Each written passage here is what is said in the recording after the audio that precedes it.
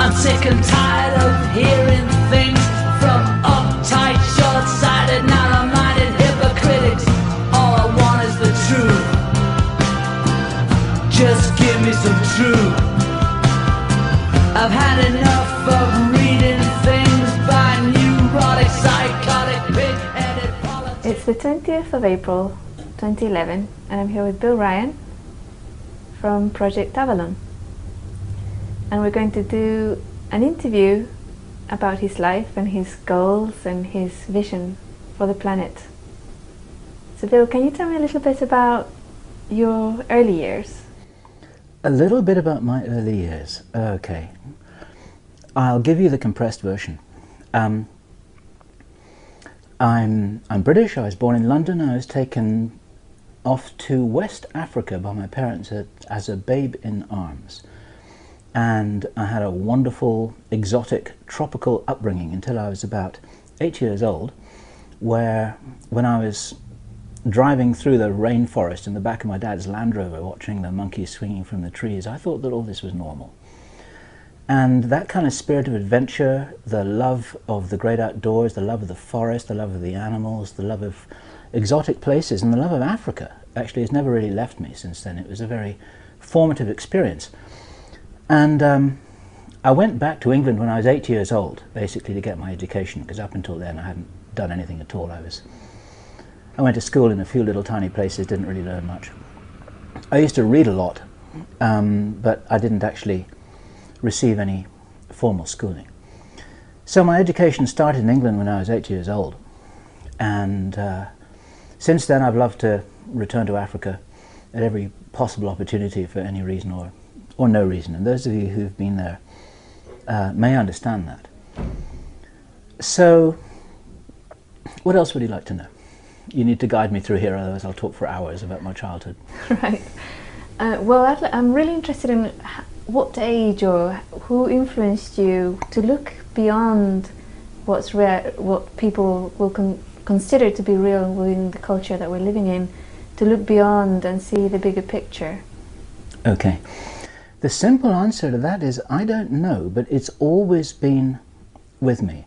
I've always questioned things. I was always curious, even as a little boy, in interesting stories of the unexplained. I was very open-minded about all kinds of things. I remember when I was a little 5-year-old boy, I used to climb a tree in the garden in Ghana, in West Africa, and I used to pretend that this was my spaceship. And when I was 8 years old, this is a funny little story. When I was 8 years old, and I went to school in England, the teacher asked us all to write a story, and all the other little children were writing stories about their puppy dog or their day by the seaside, and young Bill Ryan, 8 years old, wanted to write about ghosts and flying saucers. And my teacher wouldn't let me. And so this was my first experience of the cover-up. It was quite interesting. I had no idea why I wanted to write about ghosts and flying saucers when I was 8 years old. I don't know what I knew. I probably didn't know anything, but I know that I was enthusiastic. I really wanted to write something. This little kid wanting to communicate to the world. And my teacher stopped me.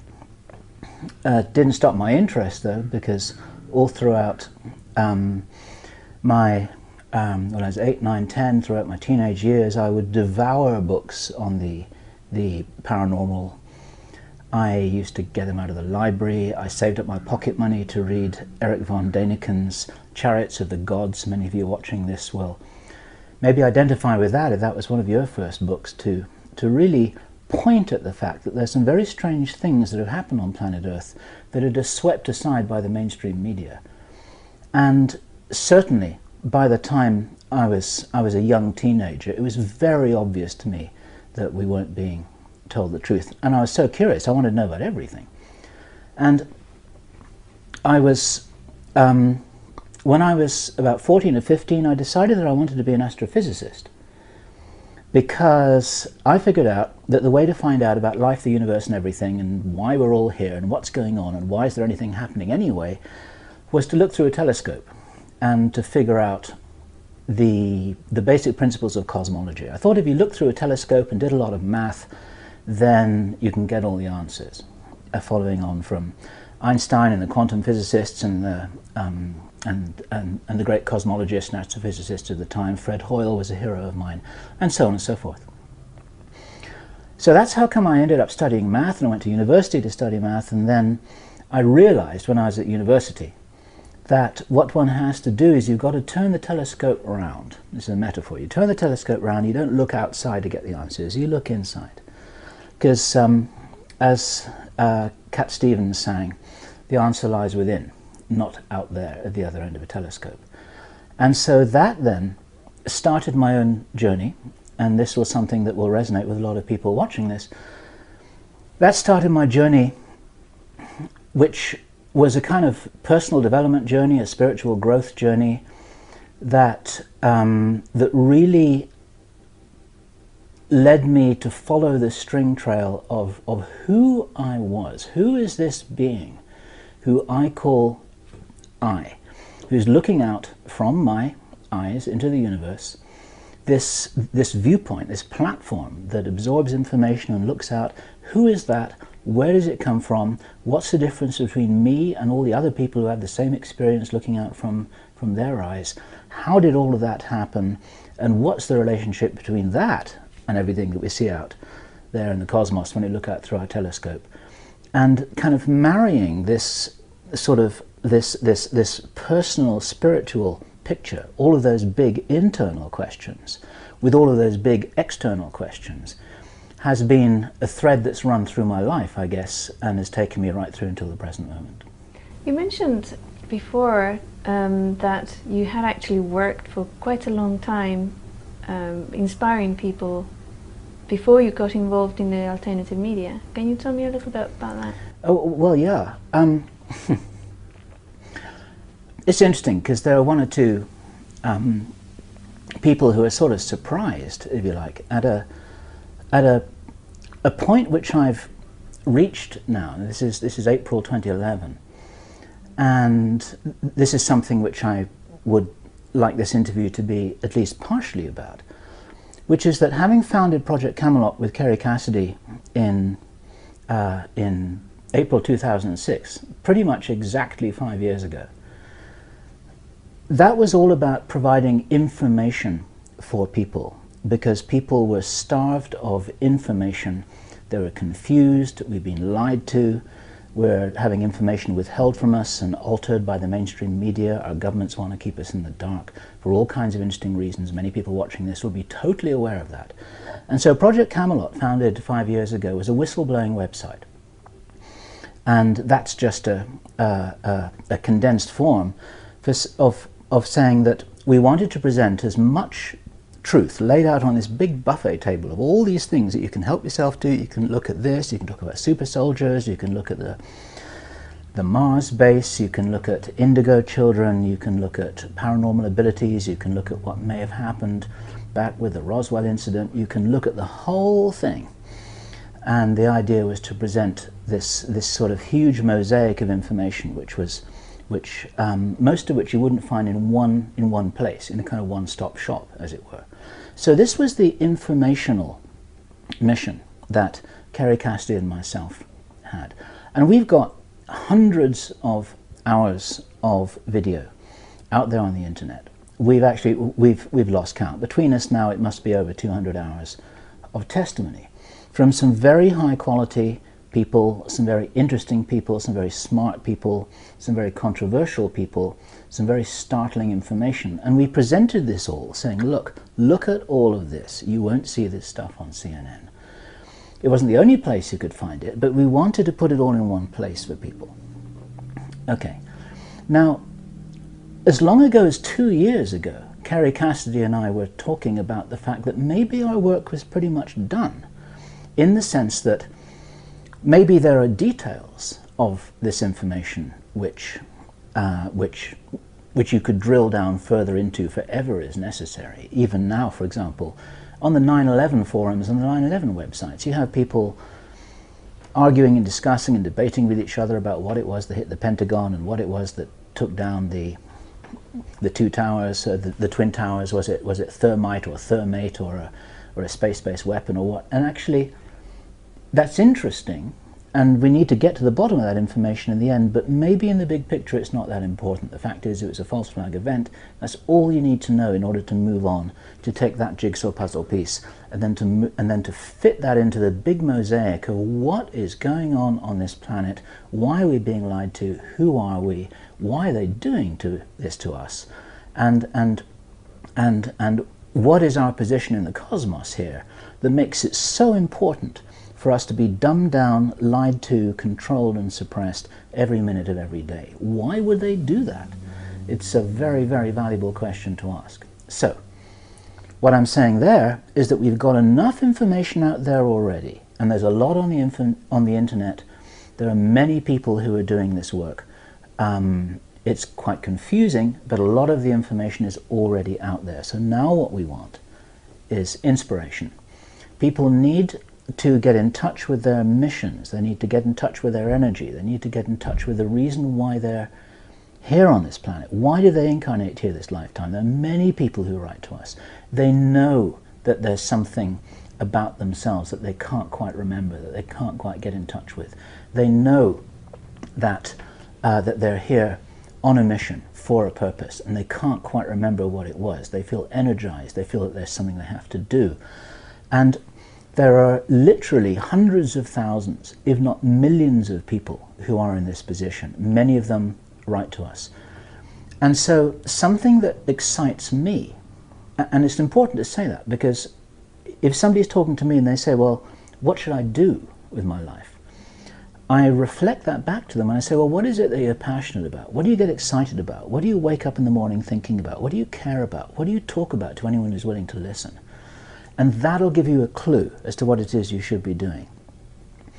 And what it is that excites me, and what it is that gets me up in the morning, and what it is that I want to talk about, what it is that I want to talk about now, is it's about what is it that we can do together, where we can get the synergy, we can extract the potential synergy of people working together, people inspiring each other, people working in teams and alliances and networks all over the world. We don't have billions of dollars, but we may have something else. We may have a lot of forces behind us. We may have a lot of benevolent forces behind us. We may have something that, for lack of any better word, you could call the human spirit, which, if it's properly harnessed, and when I say harnessed, I'm talking about the idea of a whole bunch of horses pulling a carriage harnessed together in the same direction.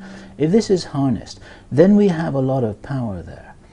And one of the things that's going on in the alternative media, the alternative community, is that there's a lot of division, there's a lot of fragmentation. There are a lot of people who are pulling in different directions, not working as efficiently as they could do. I want to get people working together. I want to support that process. I want to energize and inspire individuals.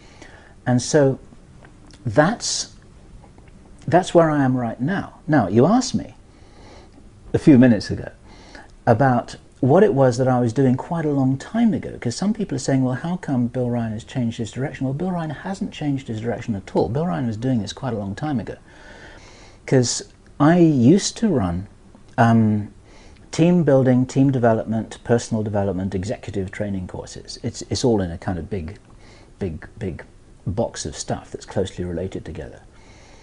Back in the early 1980s, I started doing this work, and I was working with teams of managers and executives, and sometimes young people as well, in business and industry in the UK. But I wasn't wearing a suit and tie. I was operating very informally. This was working as an opportunity to work with individuals, to help them become, for lack of a better word, to help them become better people, or to help them to become the people that they wanted to become, that they knew was inside them. It wasn't about fulfilling any corporate agenda, but it was about, at the end of a 5 or a 6 day program, if somebody went home at the end of that week, and they became, or they realized that they were able to be a better husband, a better wife, a better mother, a better father, a better son, better daughter, better employer, better citizen, because there was something inside them that was operating to a much richer potential, what some people might these days, dare I say it, call a higher vibration. Then everybody wins.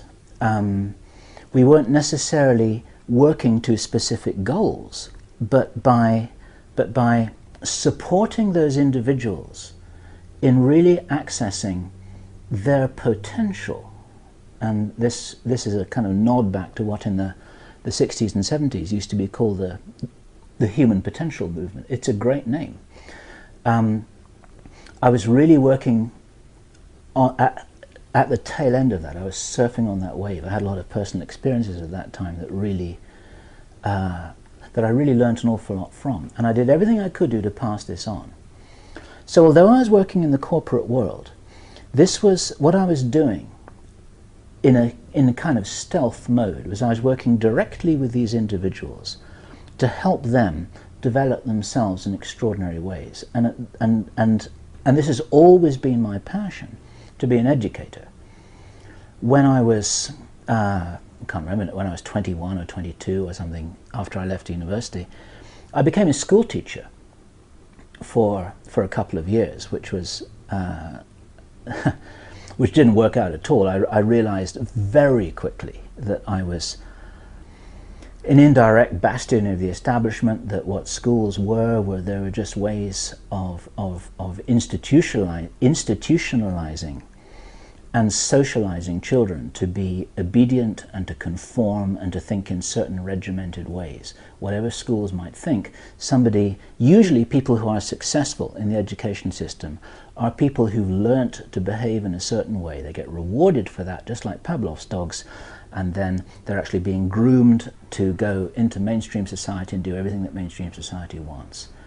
The kids who question things, the kids who are disobedient, the kids who are overly creative, the kids who want to do things in their own way, who are spirited and strong and maverick, are not usually the kids who are rewarded by the school system. I saw this at first hand. I got out of the school system as fast as I possibly could do, because I was with those kids who were doing that. I was rooting for them all the way. And for a while I was confused, because I had this passion to be an educator, and yet I thought, well, here I am being an educator, and this isn't what I came here for. And I even felt bad about it for a little while, because I just kind of ran out of the door. I didn't want to have anything to do with the school system. And I thought to myself, well, maybe I don't have the courage, maybe I don't have the strength, maybe I should hang in there like some teachers do. And that was another way in which I came full circle, because years later I was working with people in what I would call really educating themselves, not in terms of stuffing them with information like Christmas turkeys, but by inspiring them to do the things that schools don't teach, which is how to work with people, how to solve problems, how to be creative, how to reach inside themselves to access the higher human abilities. And we used to do this using outdoor activities and team building games, and we used to set up whole kind of micro universes of challenge and fun and problem solving and working together that would sometimes last several days. Like they'd have a start, and they'd go into this whole imaginary role play drama, and then they'd come out of it, and then we'd all sit around eating tea and cakes, and we'd talk about all of this, and then they'd share what they'd learned. They'd talk about the mistakes they made, how they were challenged, how they felt in certain situations when they felt under pressure, trying to solve a problem in the middle of the night, when they wanted to communicate with somebody and they couldn't, because etc., etc., etc. That's a whole separate topic, because we had an awful lot of fun doing that stuff, and then apply it into their lives again. So enough of that. But what's happening here with myself is I'm kind of coming full circle. I'm kind of coming back to my roots. I'm impassioned by my own desire to work with people directly, so that what I see in front of me is somebody who's shining, who's energizing, who's activating, who's waking up in the morning thinking, wow, I'm looking at the world now differently from the way that I was looking at it yesterday, and what can I do now? That for me is the most rewarding experience I've ever had. It always has been the most the most rewarding experience I've ever had. And so from the platform of having set up Project Camelot and then Project Avalon, which were basically whistleblowing websites, now it's about what do we do now? What do we do now that we've known? Now that we know we're being lied to, now that we know what's really going on, now that we know a little bit about who we are, now that we know a little bit about the real history of planet Earth, now what do we do? Or are we just going to sit back like consumers and kind of watch all this on the internet like some alternative television? That's not the answer. We have to engage in the world, do stuff, fix it, be the change we want to see in the world, and confront absolutely everything that we have done, because we have trashed this beautiful planet. We've trashed this place. It's going to take a while to fix it up. It's going to take 2 or 3 generations to repair all the damage. It's repairable. And one of my passions, if there's one thing that I would like to see over the next 30, 40, 50 years, if I'm in a position to see it from wherever I am, I want to see this being repaired. This planet is worth it, and the human race is worth it. That's my message. At the moment there's a lot of fear on the planet with regards to catastrophes and things collapsing, the financial system collapsing, and one side of that is, you know, who's doing all this, and that would be the whistleblower side, on the information side. But there's people who want to know, where can they go, what should they do, and what would you say to them about where should they go for the next few years? Okay. There are 2 questions there, I think.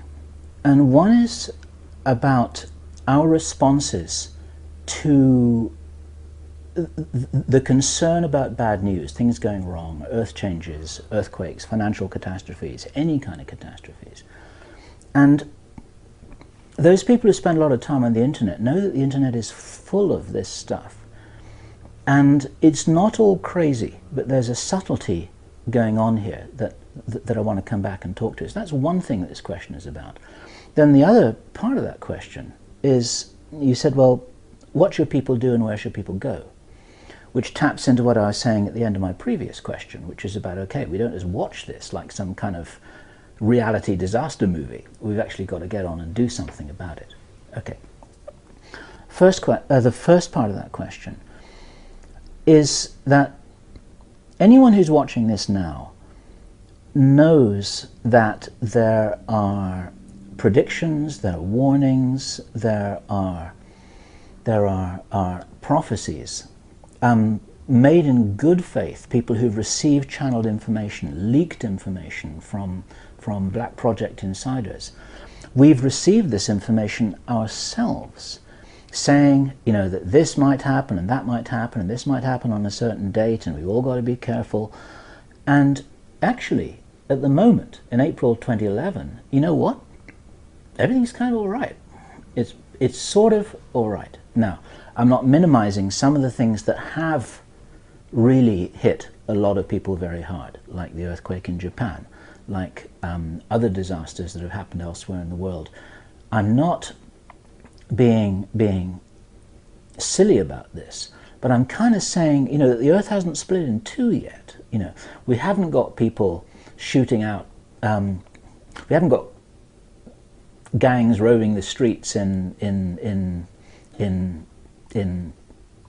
downtown New York, killing each other for food because all the supermarkets are closed and we got global famine or something. You know, we aren't in that position, and there's an interesting phenomenon here, because many of you watching this may be aware of a very interesting thing that happened, which was publicized by Kerry and myself from Project Camelot in October 2008. And we were in Australia at the time attending the Nexus conference. and we got a call from Dr. Bill Deagle early that morning. And Dr. Bill Deagle is an interesting man. I count him as a friend. He's very smart. He's very aware. He's very sensitive, and he's very courageous. And he called us, having lived through a night of visions, as he described it. They weren't dreams. He was experiencing a reality which he was observing, that he described as an American city being the victim of an atomic blast or an atomic attack of some kind. And he was so shocked by this that he could barely speak. He was almost in tears. This is a brave, tough guy who's seen a lot of stuff, and he could barely handle what it was that he had lived through that night. And of course, he wanted to get this information out about what he'd experienced, because he felt that he had a duty to warn people in some way. Now, as we all know, that hasn't manifested. And then some people come back to Dr. Bill and they say, well, you know, he's crazy, he's delusional, he's hallucinating, he can't be relied upon as a source of information because, look, he's saying all this stuff and it never happened, we better ignore him. And that may not be fair, because when people write to me and they cite this example and they say, well, that didn't happen, so what do you got to say? You know, kind of, and some people say that in an accusing way, like we're spreading fear in some way just by reporting this experience that Dr. Bill Deagle had. And my reply is that how do we know that this hasn't happened on another timeline? It feels to me that that did happen, but rather like if you got several different ways of traveling to a city which is your destination. You can go on several different freeways to get there. And there's a big pile-up of cars. There's a huge accident on one of the freeways. But you're on the other one, so you don't experience that. You hear about that on the news later. After you've reached your destination, you realize what happened on the other freeway, which you didn't go on. And this is a very crude example of this business of parallel timelines, where there are a number of different ways, maybe even an infinite number of different ways in which we can get from our current reality to some future point that we are experiencing. They may even diverge and then come together again. You can imagine this as a kind of flow diagram of alternatives. If any of you have seen the film Sliding Doors with Gwyneth Paltrow back in the 1990s, it's a beautiful example of a bifurcation, a split of the timeline into two parallel realities that then later came back together again in a rather special way. It might well be that this is exactly how the universe is constructed. The universe has got plenty of room for all of this stuff to happen in. And I would strongly suggest that what is happening at the moment, with a lot of warnings, a lot of anxiety, a lot of prophecies that haven't come true, even information that seems to have been given to contactees and abductees by the ETs, who are also watching all this stuff play out. If this doesn't happen or hasn't happened, what it means is it means that we have somehow been smart enough to get ourselves, and this is the eye that is looking at this video from your viewpoint, through your eyes, looking at the whole world. Right now, you are on a timeline that is one in which these things haven't happened. And something that Camelot whistleblower Henry Deacon told us, one of the first things that he told us, he was talking about timelines. He said they know about this stuff on the inside. They know about this stuff in black projects. They try and mess around with it using extremely high technology. There are all kinds of tangles going on. But if you've got two timelines, he said, that are very, very close to each other, there's a way in which they can interfere and resonate with each other, almost like two high-powered electrical wires, high-voltage electrical wires that are very, very close to each other without total shielding and insulation. Then they're going to interfere with each other. One wire knows that the other wire is there, just a few inches away. And some of these timelines, in that same way, may be very close to us. If we're living through a day where something bad happened on another timeline that's just that far away from us, and you have to see this in a kind of multi-dimensional way, we're going to feel pretty weird that day. We're going to feel that, you know, something's going to happen, but it doesn't happen. And then maybe at the end of the day we think, well, I kind of feel that something happened, but nothing happened. This is probably, in my own personal opinion, what's going on here. And so, in a condensed way, this is the best summary I can give for people who are worried about stuff, because some of this stuff they're worried about isn't going to happen to them, or may have already happened to them in a different timeline. At the moment, we may be okay. Now,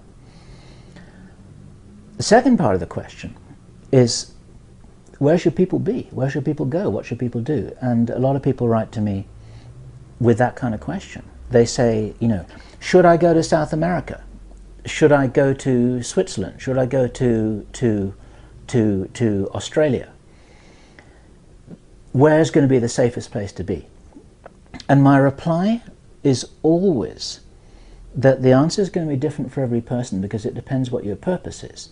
And this taps back directly into what I was saying a few minutes ago, that this is the most important question that you can answer for yourself, is what should you be doing? What is it that fuels your passion, gets you excited, makes you feel on the edge of your seat that you should really be doing something right now? And it might not be about just heading for the hills. It might not be about going to Ecuador and living on a mountainside, waiting until the coast is clear to come out again. It might be that your mission is to be in the streets of New York or Los Angeles or Delhi or Cairo or Cape Town or anywhere where you may have a mission to help people. You may need to be in a particular part of the world where there's somebody who you need to meet and work with. There could be any number of answers to that question. And there's no set answer, there really isn't. You have to look within, you have to look at the mirror, and you have to follow your intuition, because we can't figure this stuff out logically. We really can't follow it out logically. We've got to sort of listen to that voice inside, which does have the answers, whether it's coming from your higher self or something that you always know, you always knew, or something that you planned for yourself in this lifetime but you can't quite remember the details. You already know. This is the thing to tell yourself. You already know. It's just on the tip of your tongue. And stay with it, and it will come. And if you allow... it's so hard to explain. It's like, if you look for signs, if you look for clues, if you're alert, if you're aware, if you have a high sensitivity antennae where you're looking for little signs that will tell you things, and you notice your own reaction as people say things, look for your own reaction as you coincidentally stumble upon something on Facebook or on the internet, or you're watching a television program and somebody says something and then it's suddenly resonating with you. This means something. It means something. And that's the way that the universe around you will provide the reflection that you need in order for you to look at that reflection and to figure out what it is that you should be doing. That's where the answers come from. If you were to say, so basically a little summary there would be, rather than look for wherever you're going to be the safest and you and your children will survive all this, it would be to say, where am I and my children going to be the most benefit to society? Would that be it, do you think? Exactly, because it depends what you're here for. If you're here to hide until the storm is over, and then come out and then do something, then go hide. And and I actually mean that very seriously. That may be the right thing to do. But if you're here to help people, if you're here to form teams, if you're here to retrain as a paramedic, if you're here to go to Africa to help people there who may be experiencing something that we wouldn't want people to experience, because we don't want our fellow human beings to experience it. If this is why you're here, then go there and do that. It's not about personal safety. You see, I mean, everything's risky. Every decision you make is risky. You'll never know the answers. Birth is risky. Childhood is risky. Getting a job is risky. Marrying someone is risky. Taking a job is risky. Everything is risky. Life is risky. You're not going to get out of it alive. You know, everything is risky.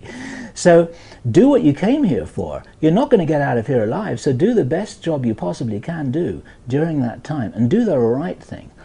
And one of the little ways to do this, there are all kinds of processes you can do if you're working with somebody about things like this. One of the things which I've done with people sometime is you say, okay, now just imagine you're 90 years old, you're coming to the end of your life, you're not in any pain, you're surrounded by the people who love you, you're surrounded by your children, everything's fine, you know that you're moving on quite soon, and you're experiencing a wonderful sense of satisfaction. You're looking back over your life, and you've done everything that you came here for, and your life has been rich and satisfying and filled with everything that you wanted to accomplish when you came here. And then this person who I'm talking with is thinking, yeah, okay, I can kind of get into that. And then you say, what did you do? And the answer to that question is whatever it is that you should be doing now, because you're not there yet. Right. What would be, do you have an idea of what the big picture is of why all these things are happening right now on the planet?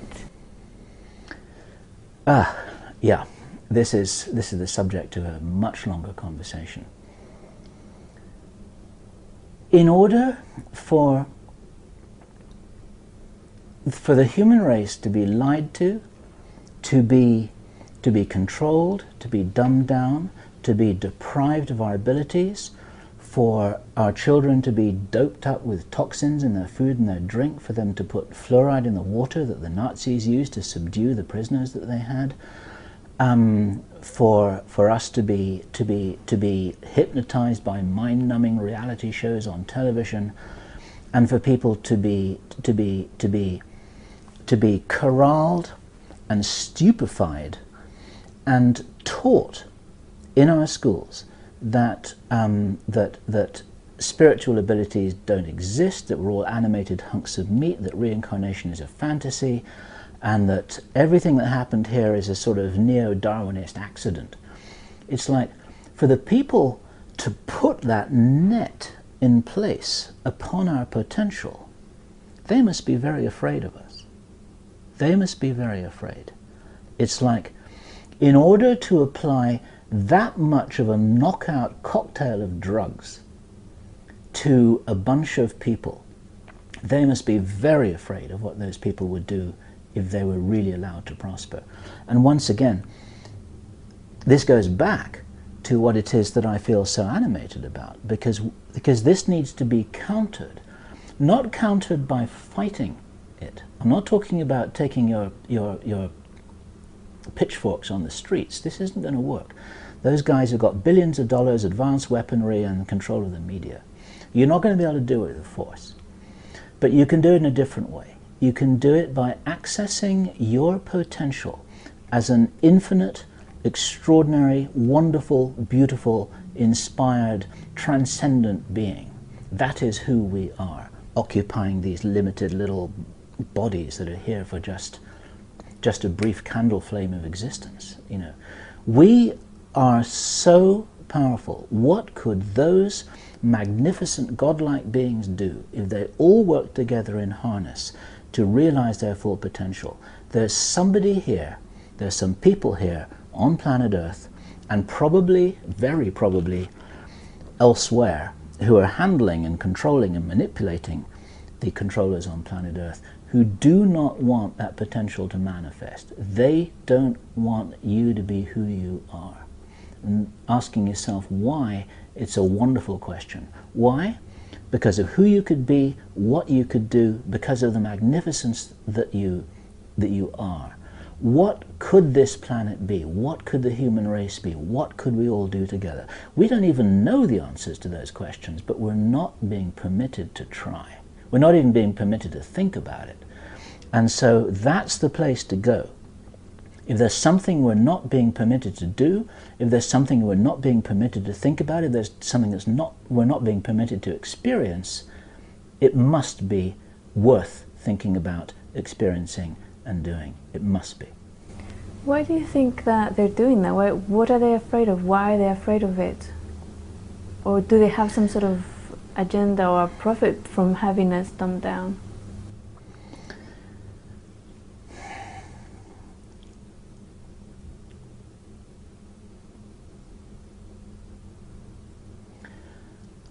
Okay, there's a big pause for thought there, because here we retreat into the infinite cosmology that I was referring to earlier, that isn't about the physical cosmology of the universe, it's about the spiritual cosmology of the universe.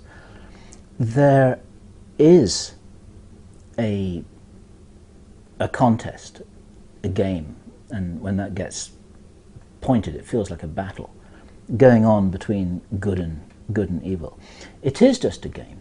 As I said in my Freedom Central interview, which I did 18 months ago, it's a paradox. It is a game. At the highest level, nothing matters. It's just another game, like watching a ball game. Some win, some lose, some people have a hard time, some people are heroes, some people achieve what they want to, some people get carried off the pitch, you know. And ultimately it doesn't really matter, because at the end of the game you say, well, that was a great game. At these lowest levels, it starts to feel really important. We take it very seriously, and so given that we're here, we're assuming it's important because we might as well. What else is there to do? When we're playing any game at all, we get into it. We go into the game and we pretend that it's important. And we take sides and we have opinions and we argue, or in a sport we're doing everything we can do to try and counter the intentions of the opposition and so on and so forth. But ultimately it doesn't matter. Now, at the level just below where it doesn't matter, there's a kind of polarization there. Now this has been there are archetypes here, all throughout culture, through every aspect of religious and spiritual experience for as long as we can remember, about what you could call good and evil, about what you could call the forces of darkness and the forces of light. It was that archetype was presented in modern times by George Lucas in the Star Wars trilogy. This is why this is why it touched so many people, because he was talking about the evil empire and the dark side and the Force and the Jedi who were able to reach inside themselves, this small number of people who were able to defeat these huge armies because of their transcendence and because of how they reached into themselves to access the higher human qualities. So there's something there which is an archetype. It's a game. It's a game that's been set up. It's the greatest game that there is. And when we're inside that game, it feels very serious. And so at this level, we could just sit and watch it. We could just pull back from the whole thing and watch the whole thing play out like some kind of entertainment. And some people do that, and that's all right. But if you feel that you have something to do, if you feel that you need to take action, if you feel that you need to engage with this, then it means that you're not a spectator. It means that you're a player. And if you're a player on this field, then this is really what I'm talking to. So my passion is coming from this provisional viewpoint that I've kind of created for myself, that it's important. I'm saying, let's pretend this is important. And if this is important, and we're in this game, then here are the opponents, this is what's at stake, this is what we can do, this is how we can work together, here's the plays we can make, and let's go and let's do it. On a different level, and there really are people who do this, they pull back from the whole thing and they watch everything from a kind of metaphorical cloud, and then they say, well, actually, it's all cool. It's all cool, whatever happens, it doesn't really matter. It doesn't matter whether the human race destroys itself, it doesn't matter whether the planet blows up, it doesn't matter who wins. And that's true as well. It's a paradox. So you mentioned that people are being dumbed down with drugs and with the stimuli of programs and all these things, and their bodies are being poisoned to keep them at a very sleepy mode. What would you think would happen if a person or a group of people removed all those shackles? What would they be able to do you think? That's a great question, isn't it? I mean, the snappy answer is to say, I mean the clever answer is to say, well, it has to be worthwhile finding out, you know. Give yourself the chance. What can you do? What could you do? But the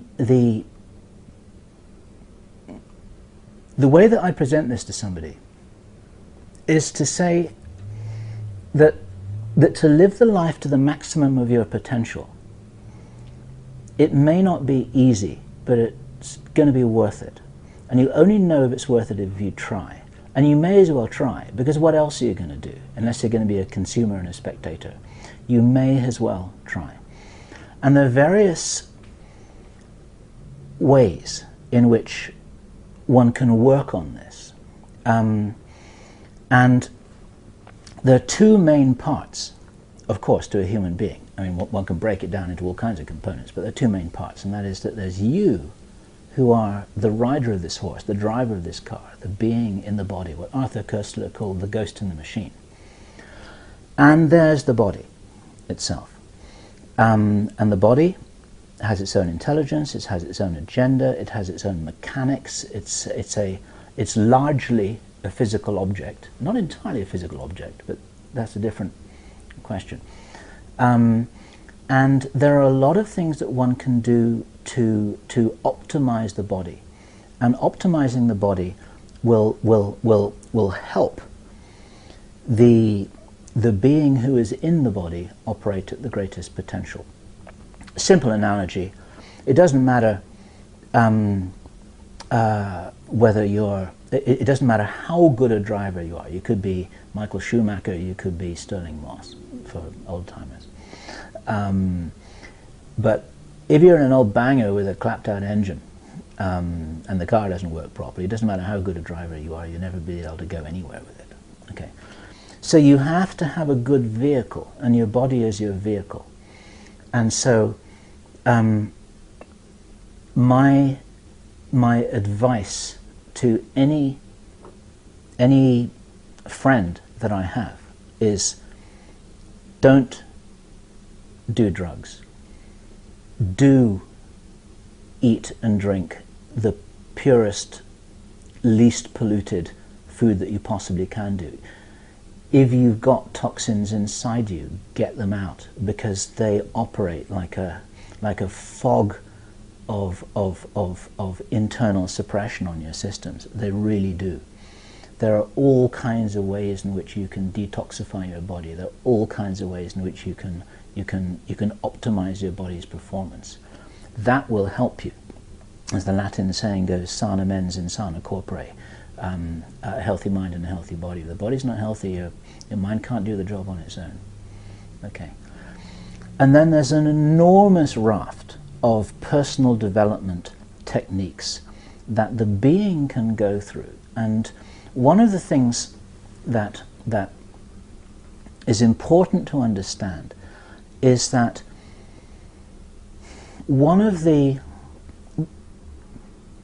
the reason why we are operating at a level of debilitation, less than our full ability, we can't do a lot of the things that spiritual beings can do as human beings. We're kind of limping around in these shackles of amnesia, and so-called paranormal abilities, they're not paranormal, they're normal. But ever since we came into the physical universe, came into this reality matrix, whatever words you want to use, we have accumulated so much unfinished business, unhandled stuff, things that happened to us which we haven't processed, things that we've denied rather than facing, responsibilities that we never took, things that we did and never apologized for. All of this stuff over eons of time, which some people call karma, has left us with this huge amount of baggage that people carry around with them. And this baggage makes us tired, it makes us feel small, it makes us feel unable, it makes us kind of permanently feel that we can't do things and we shouldn't do things and we're not good enough to do things, because we're living with all of this stuff that happened to us and which we did to others over millions of lifetimes and more. And the reason why I'm saying this is because, in my view, it's impossible to clean up oneself as a being without going back to look at and process things that one experienced in previous lives. And of course we've got this kind of firewall that prevents us from doing that, because one of the things that's happened to us is we've all got amnesia. Now, that's a very interesting phenomenon, and I don't know where this amnesia comes from, but I have a suspicion that it's got something to do with a sort of this is a metaphor, a sort of electric fence, if you like, that corrals us as animals in this field which is planet Earth, is one of the factors that prevents us from escaping, one of the factors that prevents us from just being able to move out in a metaphorical way, to really realize who we could be.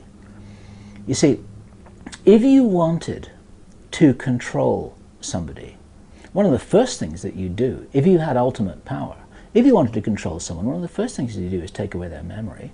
They can't even remember, they can't remember how to drive their car, they can't remember their bank account, they can't even remember how to talk, they can't remember where they live, they can't remember their name. If you want to disempower somebody, that's a pretty good way to start. So that may be the most fundamental way in which we're all disempowered. And because this sort of happens to all of us, we think that this is normal too. Maybe that's not normal at all. There are a lot of reports from contactees and abductees who've had some kind of communication with ETs. There are many people who do communicate with discarnate beings. There's a lot of channeled information that's nonsense, but some of that channeled information is true. The broad thrust that we get from off-planet entities, whether they're physical or not, is that those beings are very well aware of a whole bunch of stuff. They know who they are. They don't have amnesia. They have the big picture. They can see the big landscape. They know where they fit. They know the rules of the game. They know what the game is. And it would seem that there's something going on that they're trying to tell us without interfering. They're trying to nudge us along. They're trying to do sort of a little bit like what I'm trying to do at the moment. This is my own style of a message that one might get from a spirit guide, if you like, but I'm still a human being. I'm just saying, look, there's more going on than you think. And one of the first things you've got to do is you've got to get your memory back, because that'll help a lot. And as you get your memory back, what tends to happen is one's processing old things that happened to you back in the mists of time. It could be back in the mists of time in your last lifetime, it could be back in the mists of time a zillion lifetimes ago on some other planet. It doesn't actually matter, because we carry this stuff with us like balls and chains around our feet that stop us from being able to run and stop us from being able to fly. If you can handle that stuff, you can process it, there are lots of ways to do it, then that's going to set you free. And it's not a process of, in my view, let me say, it's not a process of evolution I believe profoundly that this is a misunderstanding that the alternative media, that the New Age media have. This idea that we're all kind of evolving somehow. I see it, and I kind of put this to you for you to consider, that we are in a devolved state, that a long, long, long time ago we were in a much more capable, we were much brighter, we were much more able, we were much more gifted, we were much more aware in every way. And when I say, I'm not talking about, you know, a few thousand years ago, I'm talking about way back in the mists of time, when we came into the physical universe as godlike beings wanting to play a game, just like football players coming onto the pitch at the start of the game. That happened a long time ago. We all came onto this pitch, and it was such a tough game that what's happening now, zillions of years later, is that everyone's staggering around on the pitch. They can't remember when it started, they can't remember who they are, they can't remember what they were doing before they got here, they can't remember anything. They're just kind of they're staggering around on the pitch, trying to do the best they can do without even knowing the rules of the game or anything about how come they got to be there. And so we're in a devolved state. And now what we need to do is to retrieve those lost abilities, to retrieve those lost memories, to retrieve that lost awareness, to retrieve that lost power.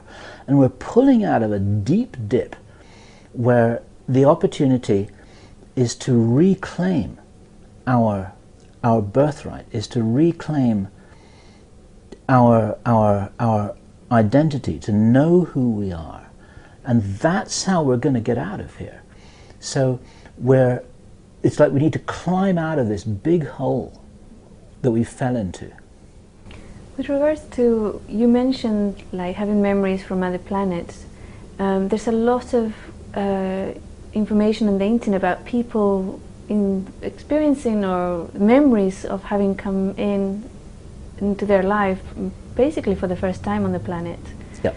Do you know why this is happening? There seems to be like a huge wave of all these beings coming in and reincarnating into human bodies. Do you have anything to say about that? Absolutely. There are people who write to me saying, "When's the cavalry coming?" And I say, "Well, go look in the mirror." You know, there are a lot of extraordinary beings coming in. That's for sure. There are a lot of remarkable children. You may, watching this, you may be the parents of some remarkable children. You may have been a remarkable child yourself. You may still be a remarkable child 30 or 40 or 50 years later. There are some very remarkable beings, many of whom have come in with enhanced awareness, with their amnesia only partial. Some children come in with full memories of who they were. And of course what happens is that those kids they're often uncontrollable, they often have minds of their own. Other kids are often afraid of them because children kind of want people to be the same as them. They don't like kids who are different. It's very interesting. Children can be the cruelest beings to other children that there are. It's not necessarily children being abused by adults. It's children actually being abused by children. There are many instances of children who've had a very hard time at the hands of other children. And so there's so many places to go with this, because as a parent, if you're watching this, and if your child has got invisible friends, maybe they're not imaginary, maybe they're real, maybe you and I can't see them, but maybe they can. If your child is talking about things that they can do or things that they want to do, or is talking about strange stuff, maybe this is real. Maybe it's stuff that we don't know about, but they do. Maybe it's not a fantasy. And my plea, I guess, for any parents out there is to do everything you can do to support your child in being who they want to be when they're at a very young age. They know. And we, between us, in this society, we do a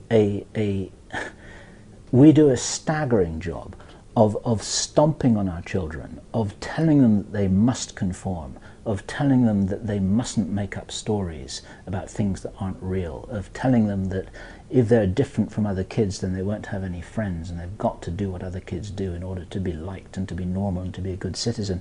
I mean, this is as suppressive as any Nazi regime. It's just got a sugar coating over it that makes us all feel that we're being reasonable. But these children are coming in with remarkable abilities, with a remarkable sense of purpose. They're coming in all over the world. There's a wonderful book written by a Chinese researcher whose name I can't quite remember at the moment, Paul Zhong, I think, called Chinese Super Psychics. I'll put a reference to this on the video.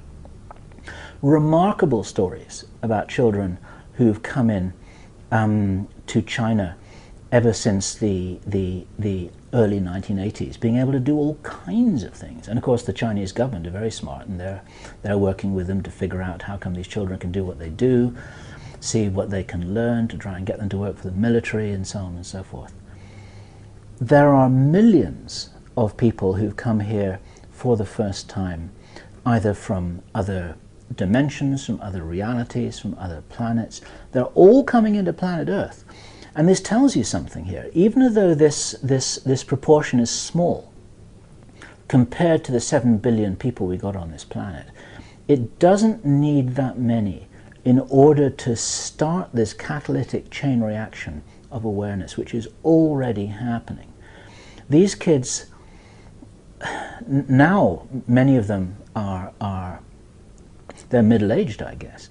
Dolores Cannon calls them volunteers. She refers to them as coming in several waves. And the first wave, I suppose, is my own generation. I'm in my 50s at the moment. Many of you watching this may also be in your 50s. And we're kind of paving the way for these remarkable children to come through. And they're not going to... They came here wanting a better world. They came here with some sense of who they are. They came here being aware of the fact that a lot of the things they see around them are wrong. They came here wanting to fix things up if they possibly can do. And so the cavalry is here, but it's tough for anyone coming here for the first time. This is a tough place to be. It's a tough school. A tiny little story I can tell, which some of you already know, is that I came to the West myself from Tibet. I've been in Tibet for about 1,000 years or so, and I came to the West in 1850. It seemed like a good idea at the time. I was born into a very strict Victorian family in England in the year 1850, and I was absolutely smashed. Nothing I'd done in that previous 1,000 years had equipped me for what happened to me in that Victorian family in 1850, and that life was a disaster. I've been picking myself up since then. I've been recovering my memories, I've been recovering my abilities, I've been handling what happened in that lifetime. It's only a tiny moment of time in the past. Looking back, that was a tough life, and it was a complete failure. Looking back, it was like, it's just like having a bad day last week. These things are ephemeral, they do kind of pass. But the reason why I'm just sharing that personal story is that it can be very hard for people coming here for the first time, because this is a tough place to be. It's a tough place to hang out. And one of the things that happens, this is just another way of reframing what it was that I was saying earlier. David Icke talks about this a lot. He says that the people controlling the planet can't do this on their own. How can a few thousand people control 7 billion? They can't. They have to do it with the consent of most of the others who are asleep. We've got an awful lot of people out there who are operating in an unconscious way, who are representing this message that you've got to do things in a certain way, that this is what's normal, that this is what's required of you, that they're going to frown on you or disapprove of you, or even if you happen to be in law enforcement, they're going to lock you up if you do this, that or the other. Not because they're evil, but because there's a cycle of abuse going on, and they're actually the long arm of the controllers. But the people who are actually who are spearheading this are a relatively small number. And the point that David Icke makes, totally correctly in my view, is that they can't do this without the compliance of a lot of people who are actually operating on their behalf. So basically they're keeping the masses asleep and then influencing their agreement, right? Would that be? Absolutely right. Right. Absolutely right. I'm interested in a little bit about the view of David Icke's behind who are the rulers of the planet, and also some other information that you've received. What do you think makes them so able to do it? I mean, are they people who haven't forgotten, who do have their abilities? What's going on there? Good or question. Are they reptilians or pure humans? Great question.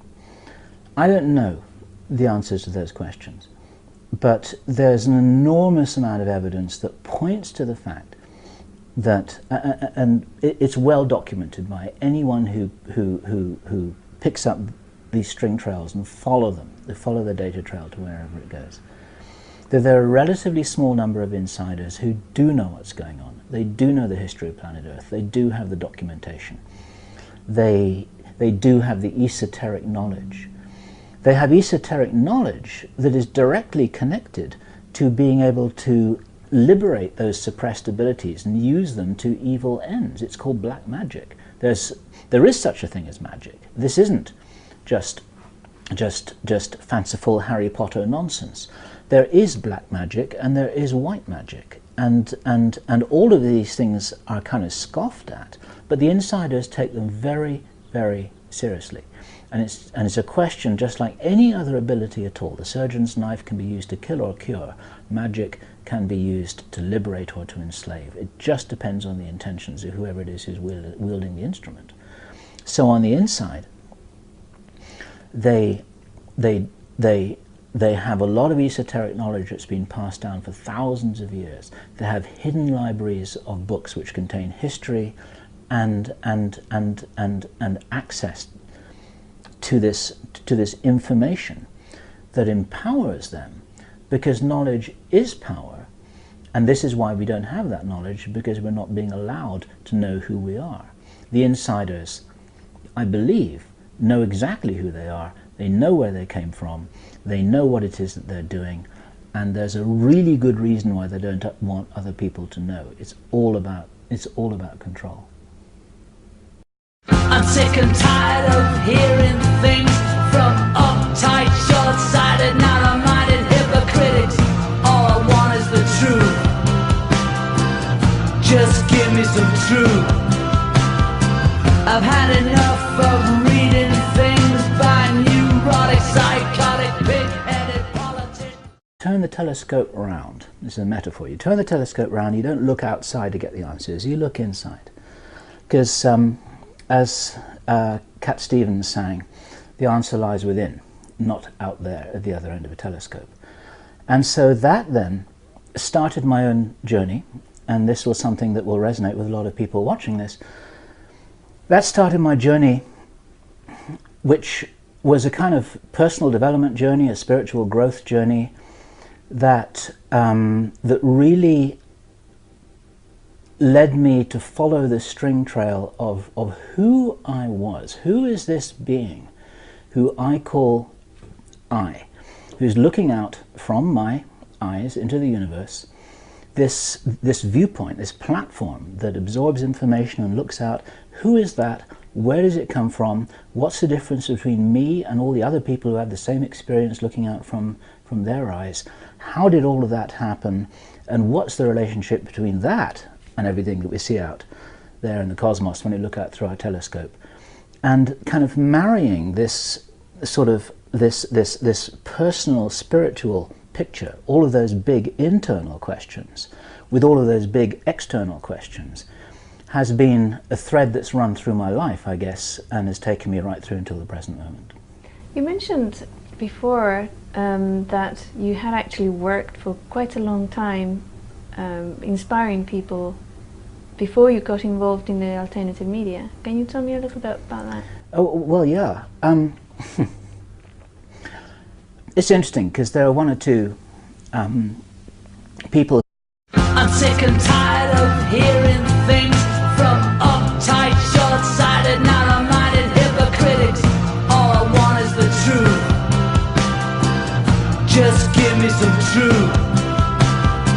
I've had enough of reading things by neurotic, psychotic, pig-headed politics. It's the 20th of April 2011 and I'm here with Bill Ryan from Project Avalon, and we're going to do an interview about his life and his goals and his vision for the planet.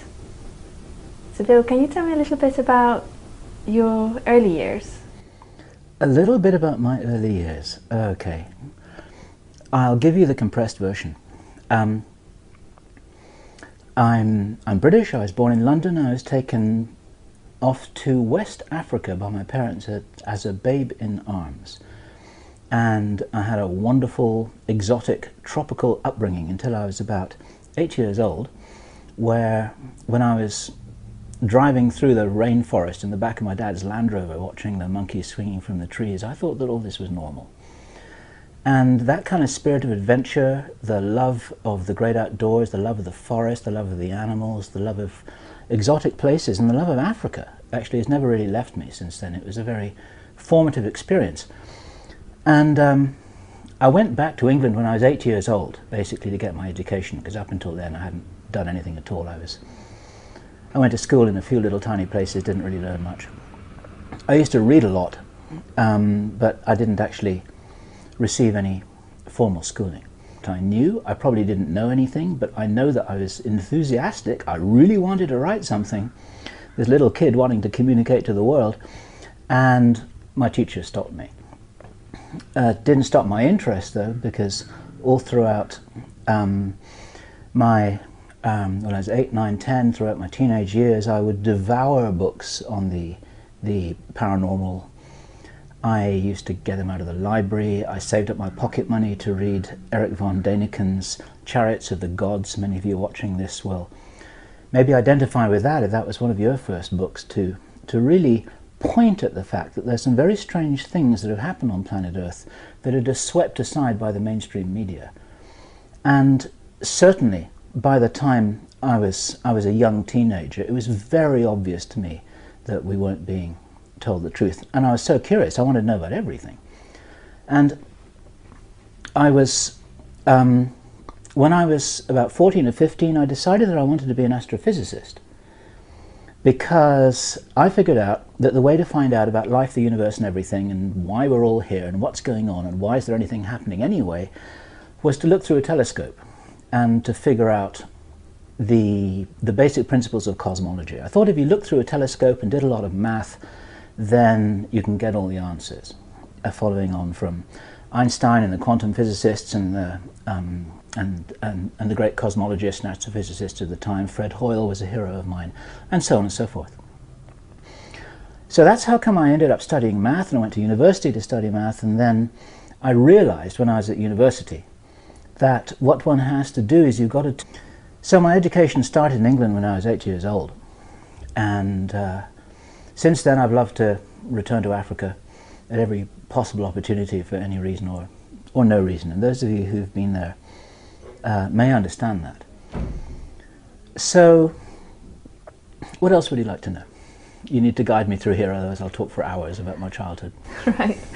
Well, I'm really interested in what age or who influenced you to look beyond what's real, what people will consider to be real within the culture that we're living in, to look beyond and see the bigger picture.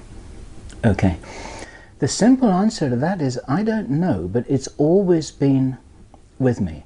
I've always questioned things. I was always curious, even as a little boy, in interesting stories of the unexplained. I was very open-minded about all kinds of things. I remember when I was a little 5-year-old boy, I used to climb a tree in the garden in Ghana in West Africa, and I used to pretend that this was my spaceship.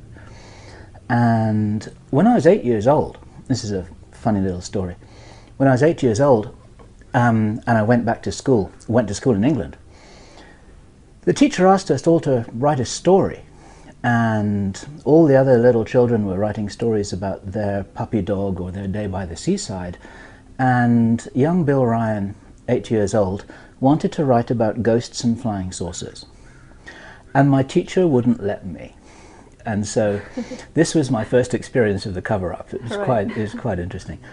I have no idea why I wanted to write about ghosts and flying saucers when I was 8 years old. I don't know what. I was sort of surprised, if you like, at a point which I've reached now. This is April 2011, and this is something which I would like this interview to be at least partially about, which is that having founded Project Camelot with Kerry Cassidy in April 2006, pretty much exactly 5 years ago, that was all about providing information for people, because people were starved of information.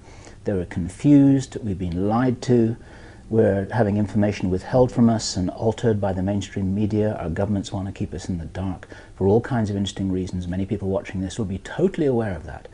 And so Project Camelot, founded 5 years ago, was a whistleblowing website.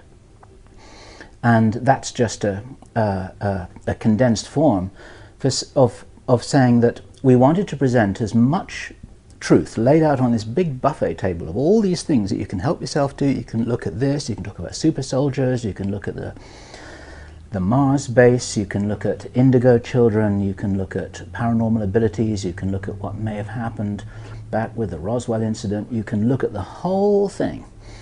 And the idea was to present this sort of huge mosaic of information, most of which you wouldn't find in one place, in a kind of one-stop shop, as it were.